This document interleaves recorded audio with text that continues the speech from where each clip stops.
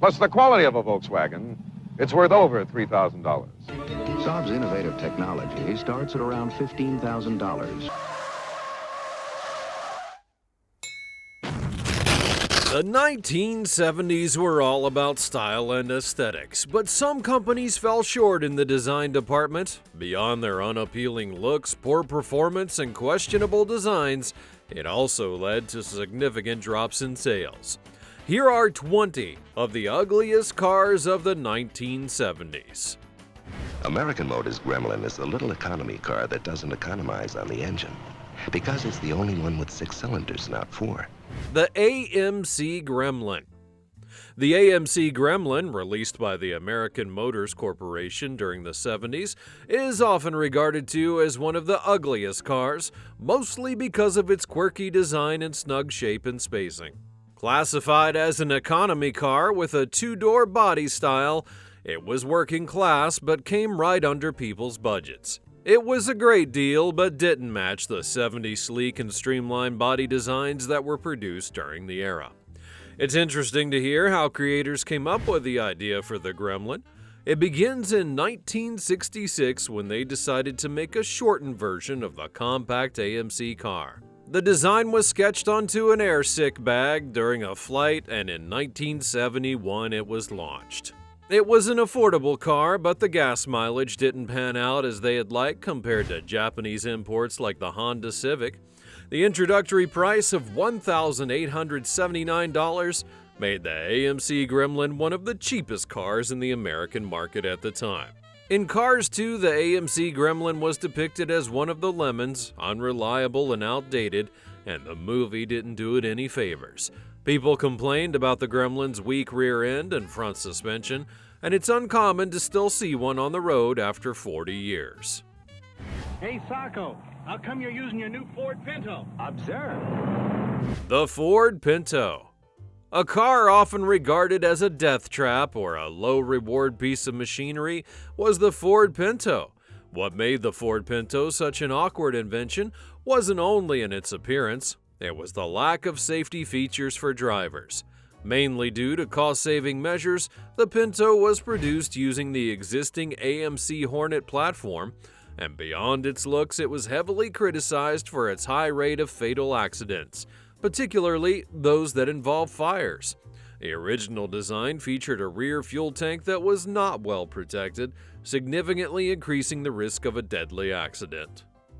The rear fuel tank design led to a horrific accident in which people were tragically burned alive when the car was rear-ended and burst into flames.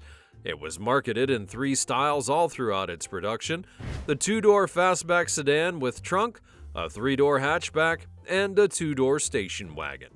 Production continued until 1978 with sales exceeding 3 million units, surpassing the combined totals of domestic rivals like the Chevy Vega and the AMC Gremlin. Exaggerated jokes about needing a fire extinguisher while driving a Pinto were common, and unfortunately, they turned out to be disturbingly accurate. Chevy's new little car, Vega. Actually, Vega is a family in itself. The Chevrolet Vega. This 2-door sedan came available in hatchback, notchback, wagon, and sedan style with an inline 4-cylinder engine.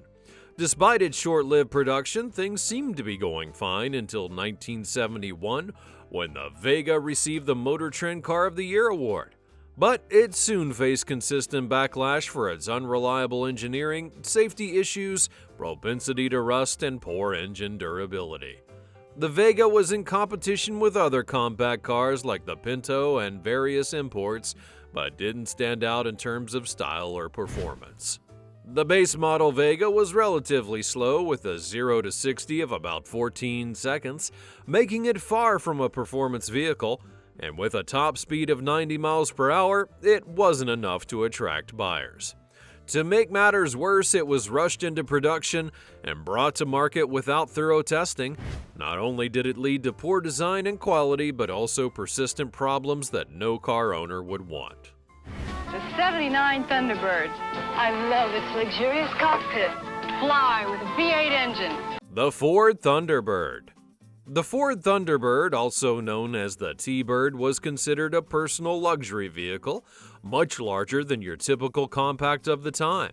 And although it had some successful years, by the mid-1970s it was frequently criticized for its size and its design. The main critique was the company prioritized size over aesthetics. It featured a massive front end with a wide grille and headlights that made it appear overly bulky and heavy. The body was designed to be blocky and long, which made it stand out from 70s design trends, but not in a positive way. During the 1970s, when gas prices were spiking and customers preferred small economical vehicles to manage their expense, the Thunderbird was released. It became known for its poor fuel economy, and many people saw it as being too large during the time of the gas crisis. While its bulk made it safer in collisions, it was considered excessive and too hard to handle, and seen as a vehicle for those who only wanted to stand out.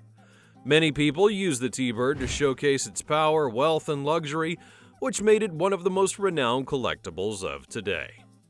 TR7 is here, and sports cars will never be the same again. When you slip into the cockpit, the seats just kind of wrap themselves around you. The Triumph TR7.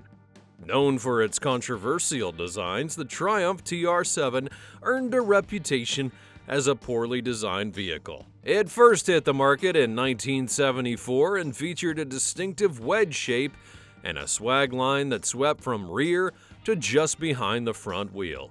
Although it was expected to be a quick-paced and agile sports car with quirky geometric design, the Triumph TR7 was more of a letdown than a standout. The ride quality was described as harsh and uncomfortable. The electrical system was prone to constant problems, and its rust issues led to expensive maintenance costs for owners. But a Porsche 914 2.0 gives you the fun of a sports car with unique Porsche handling. The Porsche 914.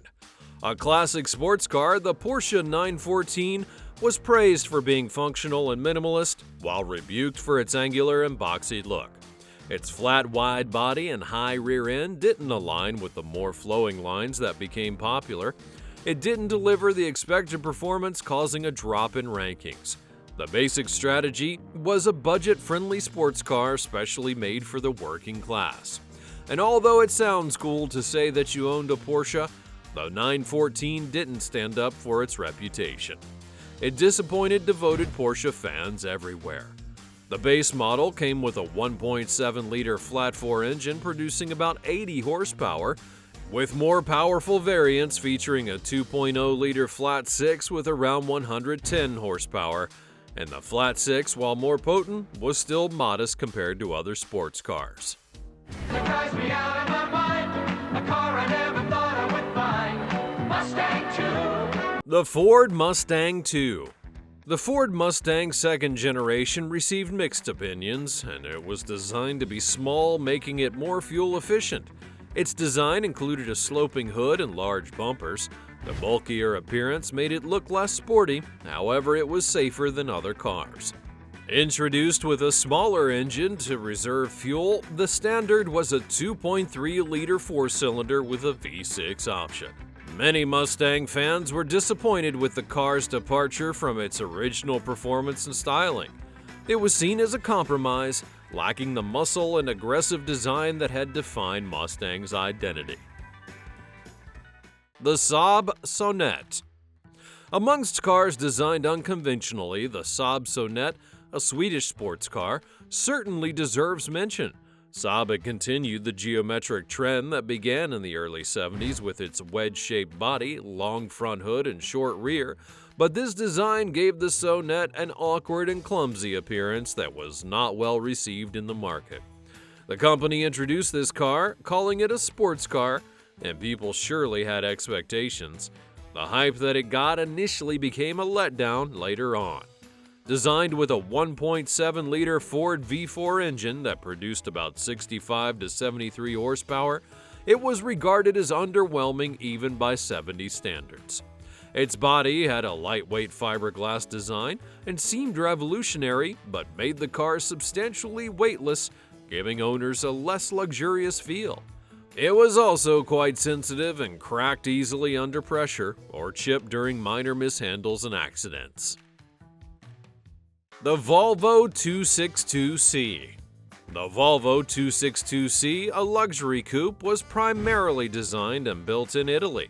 Its vinyl-covered roof, inspired by a trend introduced by Ford Motor Company, reflected the styling influences of the 70s. However, despite being a luxury coupe, the contrast between the body color and the vinyl roof stripped away its premium and luxurious appeal. The 262C's design made it resemble more of a modified sedan than a distinctive luxury coupe, which had disappointed many, and beyond its appearance, it didn't accommodate well with a variety of passengers. The lowered roofline not only gave the car an awkward look, but also limited headroom, making it uncomfortable for those who were taller. Additionally, the design significantly reduced rear visibility, affecting its practicality for everyday use. And in addition, the performance of the vehicle fell short compared to many luxury German cars of that same era. Chevy Chevette, it'll drive you happy. Chevy Chevette, it'll drive you happy. The Chevrolet Chevette. The Chevrolet Chevette was considered one of the least attractive and less popular cars of the 1970s. Its plain and simplistic design made it visually unappealing to many buyers. While it was functional, it fell short in terms of aesthetics. Other significant drawbacks included its mediocre performance, uncomfortable ride, outdated interior, and minimal safety features compared to many other vehicles of the time. Although the engine and suspension were adequate, they didn't provide a particularly smooth or enjoyable driving experience. Chevette's 1.4-liter inline-4 engine and 60 to 70 horsepower were designed for economy rather than performance, making it a reliable vehicle, however unimpressive in performance. Austin Allegro. A vehicle that featured a distinctive Cortex steering wheel, meaning it was square-shaped instead of the usual circle, the Austin Allegro was considered a substantial downfall by British car manufacturers. Its exterior was often stated to be hideous by many of its buyers, and it had a reputation for reliability issues. Reports of various mechanical problems, including issues in the engine and electrical system, negatively impacted its popularity and its reputation. Production of the Allegro ran from 1973 to 1982. Despite its initial launch with high hopes, it had struggled to maintain sales throughout production for obvious reasons. To prove that Maverick is the simple machine, we asked 5 stewardesses to put it back together. The Ford Maverick. The Maverick was a popular choice for those seeking a budget-friendly vehicle, but its unattractive exterior leaned towards a basic design and was a result of prioritizing function over form. It was practical and was not particularly innovative. The plain appearance had failed to appeal to buyers looking for a more eye-catching or sporty car. The Maverick faced quality control issues, including reports of mechanical problems and build inconsistencies, and its safety features were basic by modern standards. It didn't have any safety technology, and while it did meet standards of the time, it lacked innovations that later became common in vehicles, and of course, it was not environmentally friendly. This Vauxhall Viva. It's comfortable, it's economical, handles well, and like all today's Vauxhalls, it's built to last. The Vauxhall Viva HC. The Vauxhall Viva HC had a super straight body and lesser floor, making it one of the most efficient cars. A small family vehicle with average performance, it cost only about 850 British pounds, making it affordable back then. The performance was adequate but not impressive. A top speed of about 85 miles per hour, it went 0 to 60 in about 15 seconds. When I say the name is Aspen and I say the car is small, can a car be so delightful when it's small? The Dodge Aspen. Compact cars were designed to address fuel economy concerns during the 70s crisis. However, sales of the Aspen plummeted, leading to its discontinuation in 1980. Sales dropped from 230,000 to just 100,000. While its appearance was mediocre, the performance was also poor. Dodge marketed the Aspen as an economical and practical choice for budget-conscious buyers. The low price and functional design were highlighted as key selling points. Sales were okay to begin with, but people soon realized the production quality and sales sank. The Renault 14. The car featured a large flat grille and small round headlights, which were seen as outdated and not particularly stylish. This design may have seemed practical, but certainly not attractive to a huge customer base in the market. The Renault 14 offered modest performance and basic features, and while it was functional, it didn't stand out in terms of comfort, technology, or driving experience. In a market full of stronger competitors, it struggled to make a significant impact. Renault 14 did not perform well to stand out, and its original 1.4-liter and 1.2-liter engines left a lot to be desired. Its production declined by 1983, and it was replaced by the Renault 911. Fairmont, Volare? I like them both. I really haven't decided yet. Volare and Fairmont. They both seem like good cars. The Plymouth Voyager. In a list of things that didn't make it, we have the Plymouth Voyager. Everyone's expectation was to be a fairly decent car, but it turned out quite the opposite. It had a newly designed transverse torsion bar suspension, as it was a bigger car in comparison to others in the market. A long list of problems with this vehicle included faulty steering columns, problems with the seatbelts, bad gas mileage, brake lines, missing heat shields on the muffler, and upper control arms that would separate from the frame. Introducing the all-new Datsun F10. Front-wheel drive for power and traction. 5 speeds forward for frisky. The Datsun F10. The Datsun Cherry, later known as the Nissan Cherry, adds to the list of compact cars produced during the 1970s. With a straightforward and functional design, it lacked the sleek and stylish lines that many of its competitors had.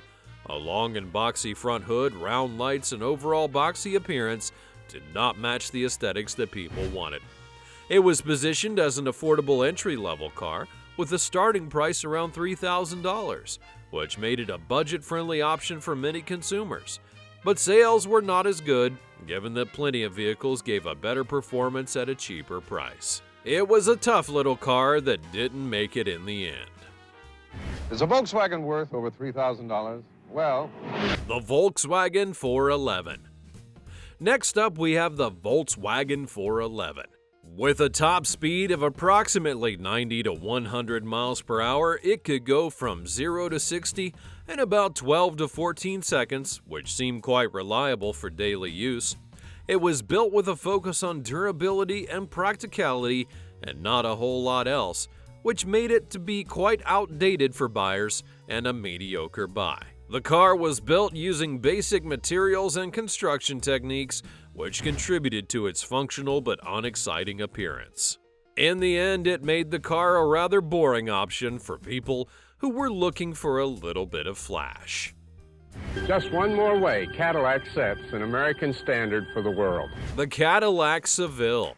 Cadillac began production of the Seville in 1976 and marketed the vehicle as a smaller-sized premium model. Its design was not universally appreciated, and it faced heavy competition from other sophisticated brands, which had a lot of added luxury features. The Seville was a premium luxury vehicle with a starting price of about $11,000, making it a significant investment for buyers.